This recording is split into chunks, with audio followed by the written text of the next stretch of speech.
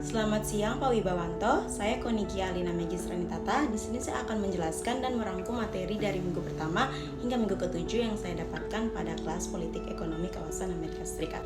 Dalam buku The American Political Economy menjelaskan mengenai definisi dari politik ekonomi dan juga bagaimana cara political ekonomi bekerja dalam suatu negara atau state. Political ekonomi didefinisikan sebagai interaksi yang terjadi antara negara atau state dengan ekonomi, baik itu secara internal maupun eksternal. Kemudian dalam buku tersebut juga menjelaskan bagaimana political economy mempunyai kaitan dengan lembaga publik dan juga swasta. Ekonomi politik memiliki sejarah panjang dan kaya yang mendahului kontemporer dalam bidang ilmu politik dan juga ekonomi. Jadi pada intinya, ekonomi dan juga politik itu saling berhubungan. Beberapa pakar ekonomi berpendapat bahwa property rights dan juga market merupakan aktor utama dalam menghubungkan perekonomian dalam suatu negara. Tanpa kedua aktor tersebut, maka perekonomian dalam suatu negara bisa terhambat.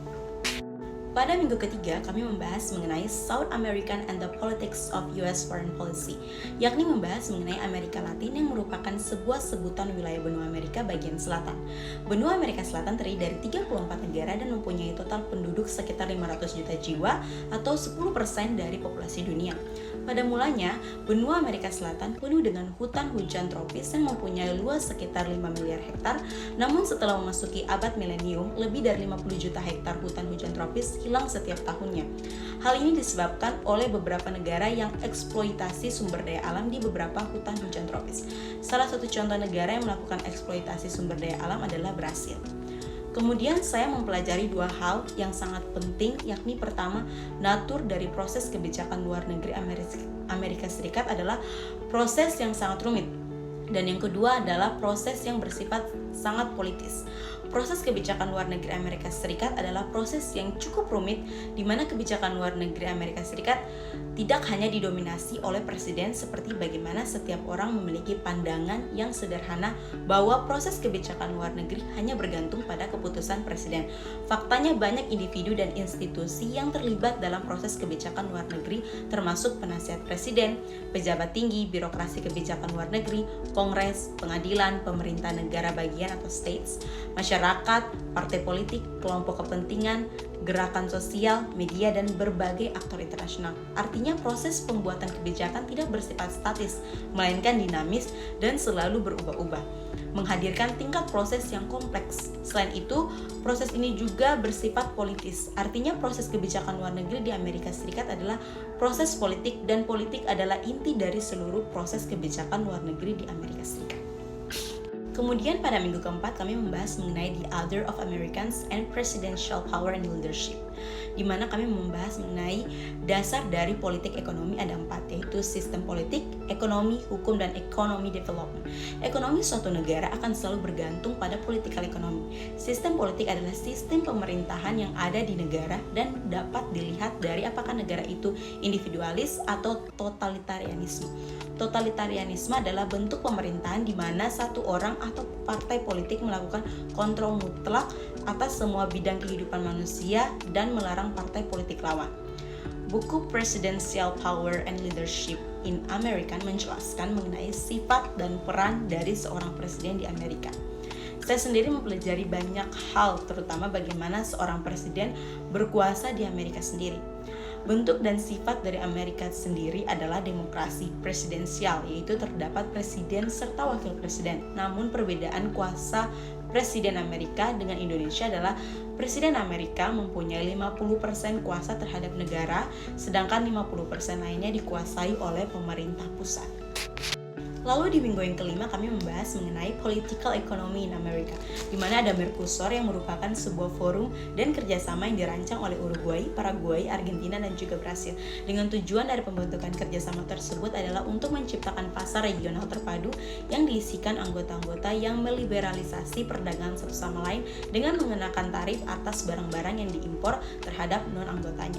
Kemudian ada integrasi ekonomi di wilayah Amerika, yakni namanya North America Free Trade Agreement atau NAFTA, yang merupakan perjanjian perdagangan bebas yang beranggotakan 3 negara, yaitu Amerika Serikat, Kanada, dan juga Meksiko, yang dibentuk pada tahun 1990. Adapun pandangan dari Amerika Serikat sendiri terhadap NAFTA, di mana NAFTA tidak akan berpengaruh pada jumlah pekerjaan di Amerika Serikat.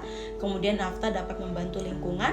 NAFTA juga bagaimanapun hanya menghasilkan keuntungan kecil dalam pendapatan real Amerika Serikat secara keseluruhan.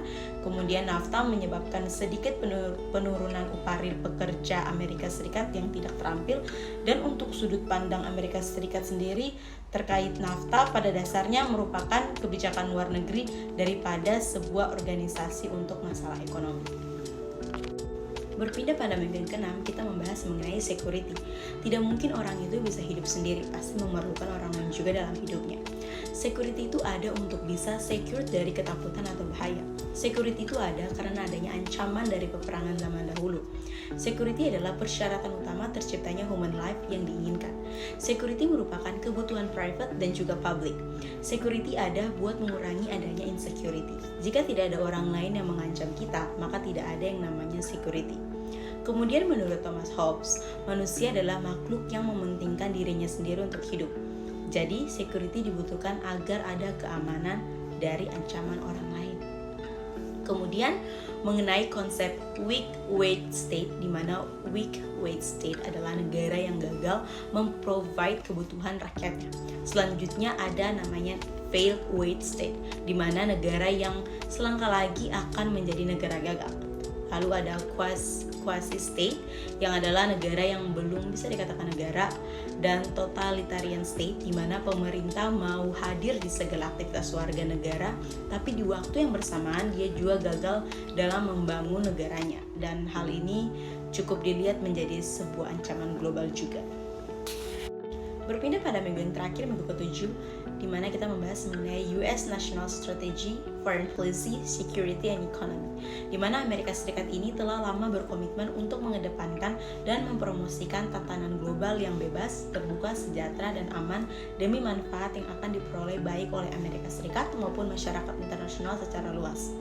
Singkatnya, Amerika Serikat ingin menjadi panutan bagi dunia, sehingga nantinya Amerika Serikat dapat lebih mudah mengatur agendanya dalam politik internasional dan menggarap keuntungan untuk kepentingan nasionalnya sendiri. Di sisi lain, kita bisa melihat adanya perspektif Kantian dan Hobbesian, di mana kedua perspektif ini mewakili dua aliran pemikiran yang berbeda yang telah mempengaruhi kebijakan luar negeri Amerika Serikat dari waktu ke waktu. Perspektif Kantian didasarkan pada gagasan tentang tatanan internasional liberal yang menekankan kerjasama, penghormatan terhadap hak asasi manusia, dan institusi internasional untuk mempromosikan perdamaian dan keamanan. Dalam konteks kebijakan luar negeri Amerika Serikat, perspektif ini mengutamakan diplomasi, aliansi, dan multikulturalisme, dan menganggap demokrasi dan hak asasi manusia sebagai komponen kunci dari kepemimpinan Amerika Serikat di dunia. Kemudian, perspektif Kantian melihat bahwa pengejaran kepentingan nasional sejalan dengan pengejaran perdamaian dan kemakmuran global.